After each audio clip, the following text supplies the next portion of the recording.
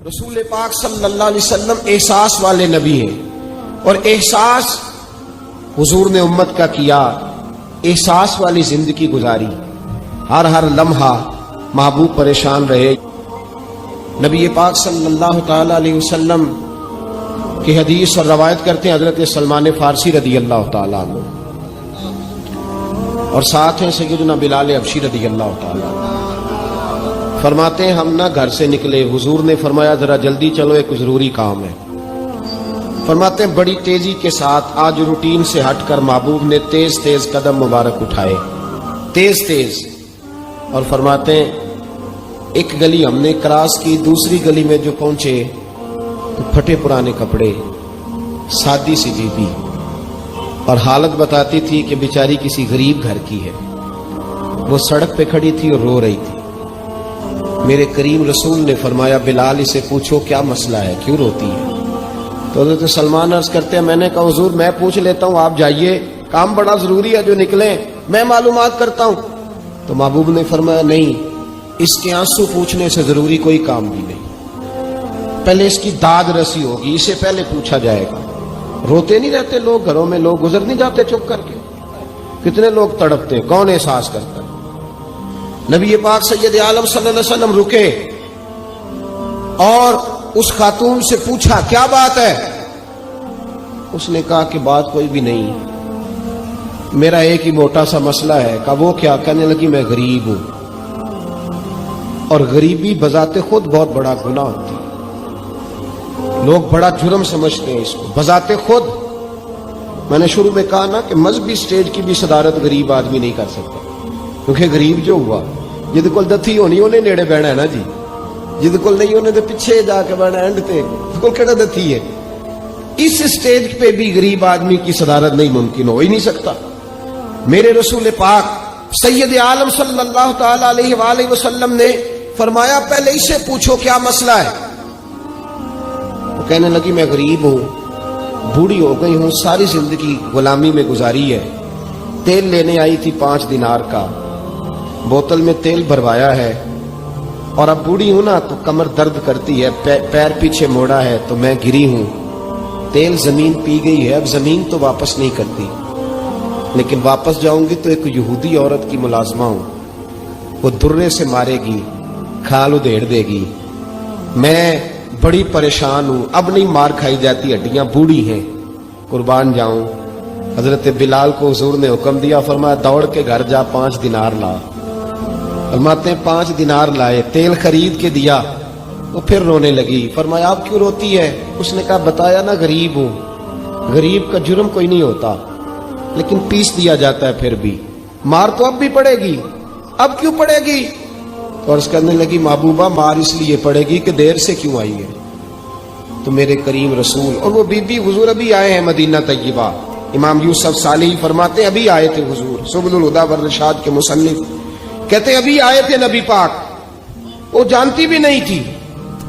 تو سید عالم صلی اللہ تعالی علیہ وسلم نے فرمایا اچھا مار پڑے گی؟ کہا ہاں۔ او بھائی کونسلر جو کل آپ کو کہہ رہا تھا نا میں آپ کا خادم ہوں، کونسلر بے گناہ، بلکہ ہمارے SHO صاحب اگر چودھری پہ پرچہ آ جائے تو اس کو ٹیلی فون کر کے پوچھتے ہیں صاحب جی تہاڈے خلاف درخواست آئی ہے، کی کرنا ہے؟ تو غریب آدمی بیچارہ، اس کی غلطی یہ تھی کہ وہ غریب تھا تو اس نے ریڑھی لگا لی چوک میں، اس کو دبوچ کے لے گئے، تینوں پتا نہیں ایتھے نہیں کھلوئی دا، تو اس کے پاس کل انویسٹمنٹ ہی 5000 تھی، سارا لے گئے۔ پھر وہ کونسلر صاحب کے پاس چلا گیا، سر میرے نال چلے آ دے ذرا میں تھانے جانا۔ انہوں نے کہا گڈی کرائی آ، پیسے ہیں نہیں ایویں تھانے جائیدا ہے۔ اب وہ گاڑی لایا ہے، پتہ نہیں کہاں سے لایا ہے، تھانے پہنچا ہے، اور یہ ہے ہمارا حال کہ وہ SHO بھی بیٹھا ہے کرسی پہ اور کونسلر بھی کرسی پہ بیٹھا، اور وہ غریب پیروں میں بیٹھا ہے اور ہاتھ باندھ کے کہہ رہا میری ریڑھی دے چھڈو، میریاں 4 دھیاں نے تو میں شامی کھانا کھڑنا ہے۔ کدھر گیا امت کا وہ ذوق؟ ساری زندگی نعتیں سننے والوں بتاؤ تو صحیح نعت نے تاثیر کیا دی ہے روح؟ اگر ابھی بھی گھاڑی غریب کے پاس کھڑی نہیں ہوتی تو پھر کیا اثر ہوا ساری زندگی نعت سننے کا؟ میرے مصطفیٰ کریم سید عالم صلی اللہ تعالی علیہ وسلم نے فرمایا اس خاتون سے یہاں کونسلر ساتھ نہیں جاتا، کہتا ہے کر دیا ٹیلی فون، سویرے 9 بجے پہنچ جانا، اور کائنات کی سب سے معزز شخصیت حضرت سیدنا بلال حبشی رضی اللہ تعالیٰ عنہ فرماتے ہیں میرے نبی پاک نے فرمایا بی بی چل میں تیرے ساتھ چلتا ہوں. گویا اللہ کی ساری رحمتیں اس کے ساتھ ساتھ چلنے لگی. اور آگے آگے نہیں، ساری کتابیں پڑھ لو، وہ پھٹے پرانے کپڑوں والی بی بی آگے آگے اور اللہ کے کریم رسول پیچھے پیچھے. ساری گلیاں اس نے پھرائی، مدینے کی صحرا آ گیا.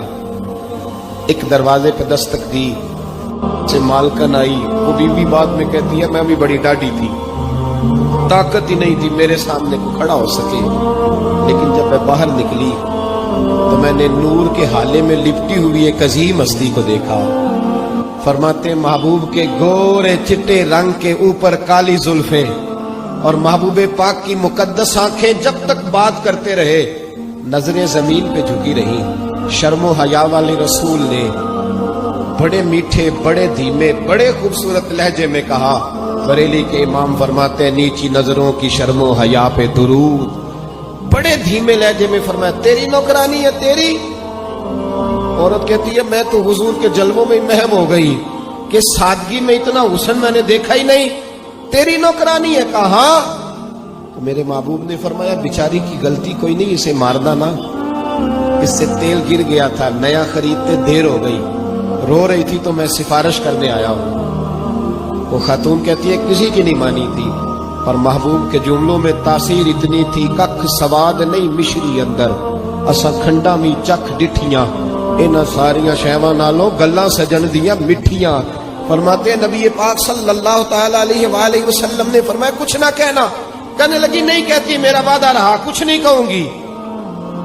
اب میرے حبیب نے پھر نظر اٹھائی اور اس غریبنی کی طرف دیکھا اور فرمایا تو اگر کہے تو میں جاؤں، تو اگر کہے تو میں خود بھیک دے، خود ہی کہے منگتے کا بھلا ہو، تو اگر کہے تو میں جاؤں. اس نے خراج پیش کیا تو چند آنسو گرائے. کہنے لگی محبوبہ جیسے بندہ نوازی. حضور نے رخ پھیرا. حضرت بلال کہتے میں پیچھے رہ گیا تو وہ دونوں بیویاں دوڑ کے میرے پاس آئیں. کہنے لگی بتا تو صحیح ہے کون، یہ بتا تو صحیح کون تھے. تو حضرت بلال کہنے لگی تم نہیں جانتے. جناب بلال فرمانے لگے یہی تو ہیں جنہیں اللہ نے سچا رسول بنا کے بھیجا ہے. بیبیاں دوڑ کے آئی. کہنے لگی محبوبہ دروازے تک آئے ہو تو خالی تو نہ لوٹاؤ، مہربانی فرماؤ ہمیں بھی کلمہ پڑھا دو. بھائی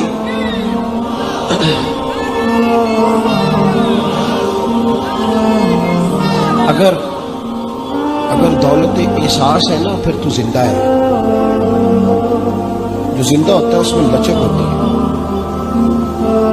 جو مر جاتا ہے وہ اکڑ جاتا ہے. اگر زندگی ہے تو پھر احساس ہونا چاہیے.